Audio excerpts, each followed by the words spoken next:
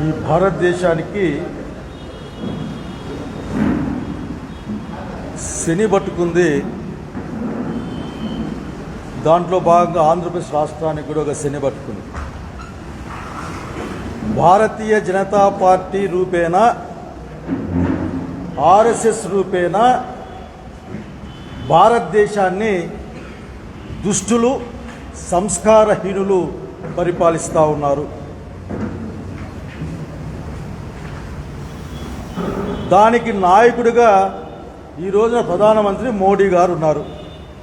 ఆయనకు నాయకుడిగా విశ్వ హిందూ ఆర్ఎస్ఎస్ ఆయన ఉన్నాడు. ఇక్కడ అసలుకి వీళ్ళు ఈ దేశాన్ని ఎక్కడ తీసుకెళ్దామనుకుంటా ఉన్నారు? దేశాన్ని నిట్ట నిలువుగా అమ్మేస్తున్న నరేంద్ర మోడీ నిన్ననే ఒక స్కామ్ బయటకు వచ్చింది. అన్ని వేళ్ళు మీ పక్కే కనపడతాయి. అంతా మీరు పూర్వం పరిపాలించిన రాష్ట్రం పక్కే కనపడతాయి. ఏమాత్రం సంస్కారం లేకుండా కేవలం అధికారం కోసం అత్యంత అసహ్యంగా మాట్లాడే బీజేపీ నాయకులకు హెచ్చరిక.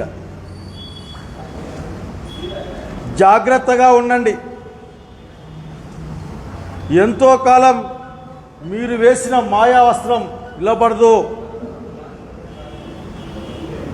అన్ని వర్గాల ప్రజలు మీ జీవితం, వాళ్ళ జీవితాలు నాశనం అయిపోయినాయి. ఇక్కడ చివరికి మీ పార్టీ కార్యకర్త కూడా ఒక ఆయన మీ వల్లనే వాళ్ళ వ్యాపారాలు నాశనమైన ఆయన ఆత్మహత్య చేసుకున్నది కూడా చూసాము. ఇక్కడ రైతులకి లాభం లేదు, రైతుల చావులు, చిన్న చిన్న వ్యాపారస్తులకు అసలు వాళ్ళకి భద్రత లేదు, ఉద్యోగస్తులు లేదు. మీ దగ్గర భద్రత ఉన్నది అదానీలకి, అంబానీలకు మాత్రమే.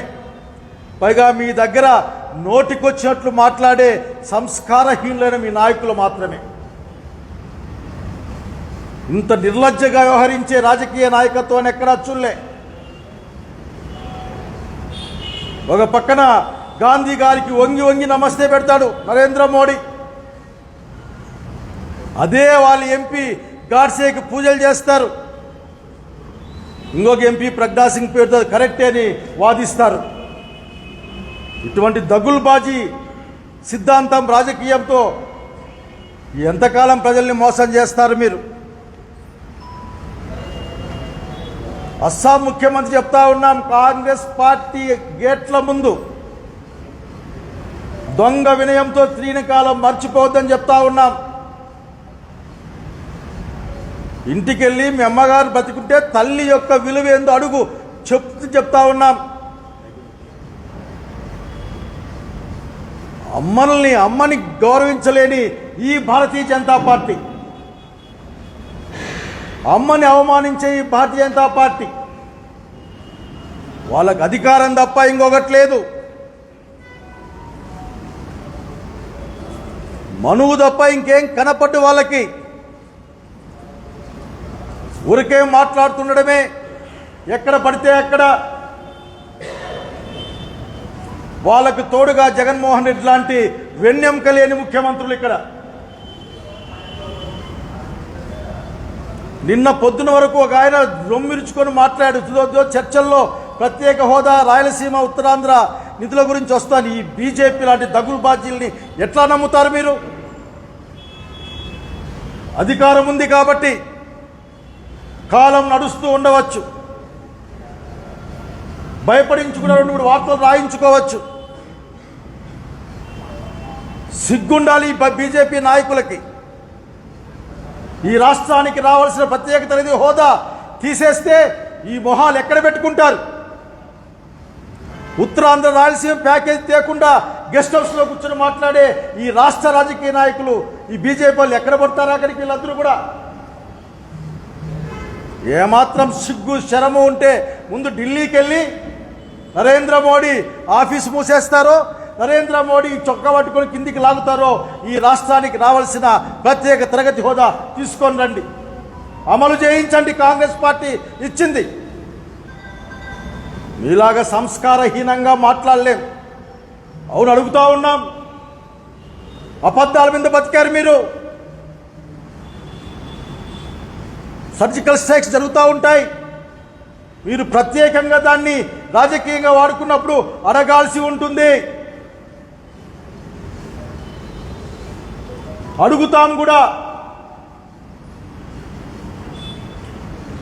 చైనా వాళ్ళు మీ భూభాగంలో వచ్చి గ్రామాలు కట్టుకున్నారని అమెరికా దేశం ప్రకటిస్తే ప్రతి వారమో నెల చైనా భారత సైన్యాధికారులు చర్చలు జరిపి భారత సైన్యాధికారులు మీరు వెనక్కి అంటుంటే వాళ్ళు ముందుకు వచ్చేట్లు కాదా?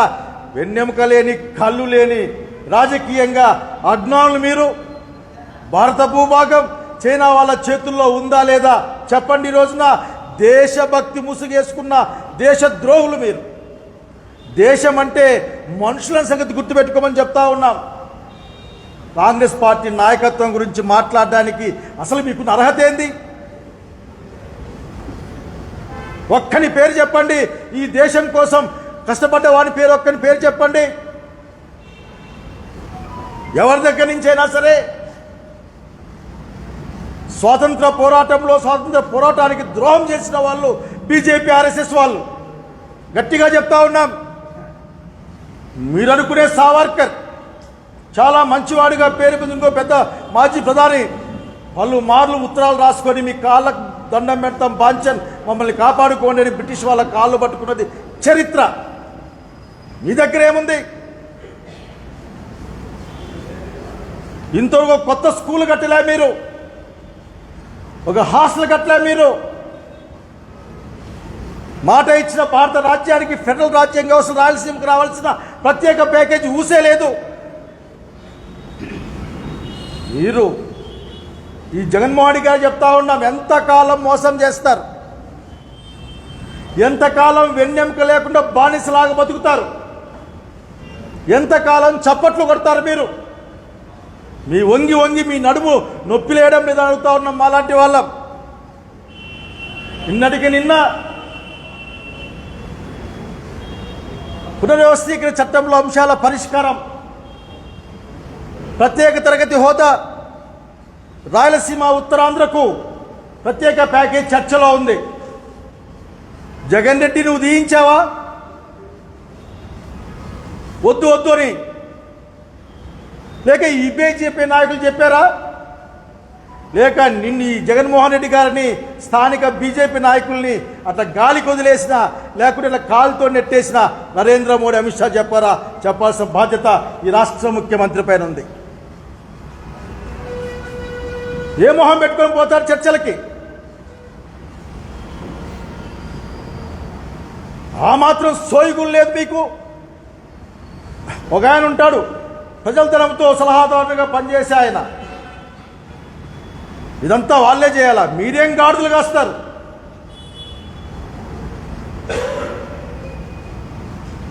ఏం పని చేస్తారు మీరు? వంగి దండం పెట్టుకొని ఈ పనులు చేసుకుంటూ ఉంటారా?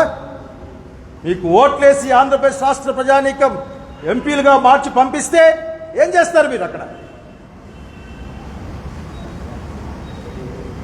ఆ సమావేశాన్ని బహిష్కరించండి జగన్మోహన్ రెడ్డి గారు. ఉత్తరాంధ్ర రాయలసీమ ప్యాకేజు, ప్రత్యేక తరగతి హోదా, మిగతా అంశాలు మాట్లాడితే మేము చర్చకు వస్తామని చెప్పండి. మీ నోట్లో నుంచి అటువంటి మాట వస్తుందన్న భ్రమ ఎవరికీ లేదు. కేవలం దౌర్జన్యంతో, స్పష్టంగా వాడుతూ ఉన్నాం కాన్షియస్ గా, దౌర్జన్యంతో. అది ప్రభుత్వం తన అధికారులు ఉపయోగించిన దౌర్జన్యమా లేక అధికార పార్టీ నాయకుల యొక్క దౌర్జన్యంతోనే భయభ్రాంతులు చేసి పరిపాలన ఎంతో కాలం కొనసాగించలేదు. ఈ రాష్ట్రానికి ఏ ప్రయోజనము చేకూరకుండా పోతే మీ ఎంపీలకు మీరేం మాట్లాడలేదు.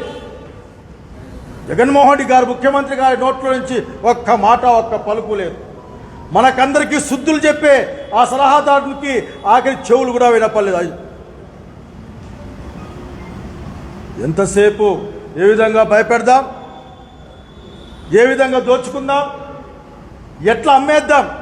అదానికి నువ్వు అంత విలువైన భూముల్ని 150 కోట్లకే అమ్ముతున్నావంటే నీకు అదానికి ఈ బీజేపీ పార్టీకి ఉన్న ఆ లాలూచి ఒప్పందం మీద చెప్పాలా? మాట్లాడరు. అక్కడికి బీజేపీని ఎక్కువగా ఆయన అదవాలే వచ్చిపోయాడు. ఆయన ఆఖరికి ఆయనకి ఏం తెలియదు ఆయనకి. ఎందుకంటే ఆయన కరోనా గోగో అంటే పోతుందని డ్యాన్స్ చేసినాడు. అతను అందుకని అది దగ్గర ఏం ఆశిస్తా నేను? అశాస్త్రీయంగా బతికే మనుషులు వీళ్ళంతా. అడిగారట, ఆయన అంటాడట ఆంధ్రప్రదేశ్ రాష్ట్రానికి వస్తే అతను తోలు తీస్తాం. రాహుల్ గాంధీని, రాజీవ్ గాంధీని కాంగ్రెస్ పార్టీ నాయకత్వం పక్క చూసే యోగ్యత కూడా ఈ బీజేపీ నాయకత్వానికి లేదు. కానీ ఖబర్దారని చెప్తా ఉన్నాం. నోట్లోంచి మాట సరిగా రావాలి. అదే మన ప్రాంతంలో అటువంటి మాట మాట్లాడితే ఏం చేసిండే వాళ్ళం? కనీసం పాత్రికేయ మిత్రులు చెప్పాలి. మన ప్రాంతంలో వచ్చి ఆ మాట వదిలిపెడతామా? ఏం మాట్లాడుతున్నారుగా? ఇది దీని వెనక అమిత్ షా ఉన్నాడు, దీని వెనక మోడీ ఉన్నారు కాబట్టి వాళ్ళ ముఖ్యమంత్రి మరి ఈరోజు కూడా దాన్ని మళ్ళా మాట్లాడే ప్రయత్నం చేస్తూ ఉన్నాడు. సిగ్గు లేకుండా, సంస్కారహీనంగా. కాంగ్రెస్ పార్టీ చూస్తూ ఊరికే ఉండదు. ఈ రాష్ట్రంలో బీజేపీ వాళ్ళకు చెప్తా ఉన్నా, ఎంతసేపు అప్పుడప్పుడు పనులు వేసుకొని తిరగడమేనా? ఈ రాష్ట్రం కోసం ఏదైనా పనిచేయడం ఏదైనా ఉందా?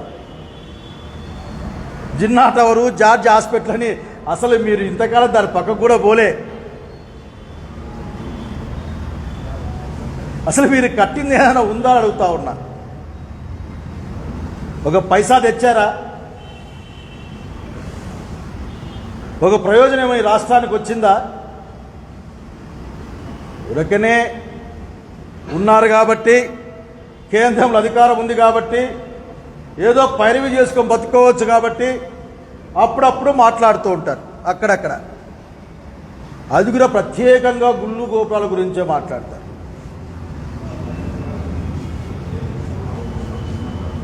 కాబట్టి బీజేపీలు చెప్తా ఉన్నా, ఎంతకాలం ఇటువంటి పనికిమాల మాటలు మాట్లాడుకుంటూ పనికిరాని పని చేస్తారు మీరు? ఒకసారి జనంలోకి వెళ్ళండి. విశాఖ ఉక్కు ఫ్యాక్టరీ అమ్మకాన్ని ఆపాలని నరేంద్ర మోడీ గారి చొక్కా పట్టుకోండి. మా రాయలసీమకి ప్రత్యేక ప్యాకేజీ కావాలని చెప్పి డబల్ ఇమ్మని చెప్పండి. కాంగ్రెస్ పార్టీ చెప్పిన దగ్గర పెద్ద ప్యాకేజీని తీసుకొని రండి, ఇవ్వకపోతే అమిత్ షా కాళ్ళను పట్టుకొని లాక్కరండి. ఇవేమీ చేతగావు. ఒకసారి గుడికి పోండి, లేకుంటే అక్కడ అదైంది. వీళ్ళు హిందువుల వ్యతిరేకులు, మేము హిందువులం. మీరు హిందుత్వని అనే ఒక శబ్దంతో మీరు రాజ్యాధికారం పోయేవాళ్ళు, ఆలోచించేవాళ్ళు. మేము హిందువులం, మాకు తెలిసి ఎట్లా బతకాలో. మీ దగ్గర నేర్చుకోవాల్సినంత దుర్మార్గంగా మా పరిస్థితి ఏం లేదు. కనుక రాష్ట్ర బీజేపీ నాయకులు ఎంతసేపు ఉన్నా కూడా ఆఫీసు ఒక 5-6 బండ్లు వేసుకొని పోవడం, ఏదో ఊరికి పోవడం, ఓ 2 రోజులు బహుశా పాత్రికేయ మిత్రులే చెప్పాలా వాళ్ళు ఏమాత్రం దేశభక్తులు ఈ రాష్ట్రంలో ఉన్నారో వాళ్ళకు వచ్చే కవరేజ్ ఏందో అది కూడా మీరే చెప్పాలి. నాకు ఒకసారి వినాలని కోరికగా కూడా ఉంది. కనుక వాళ్ళకు మీరు చెప్పండి, ఒట్టి మాటలు కాదు.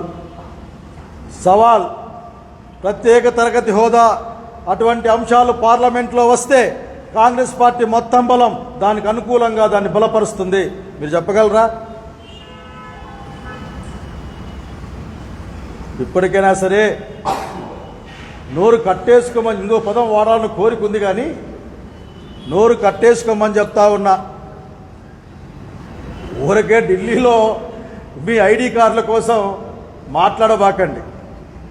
ఎక్కువ మాట్లాడితే దాన్ని కూడా చూస్తూ ఊరుకుండే కాలం పోయింది. ఇంకా జాగ్రత్త అని హెచ్చరిస్తా ఉన్నాం.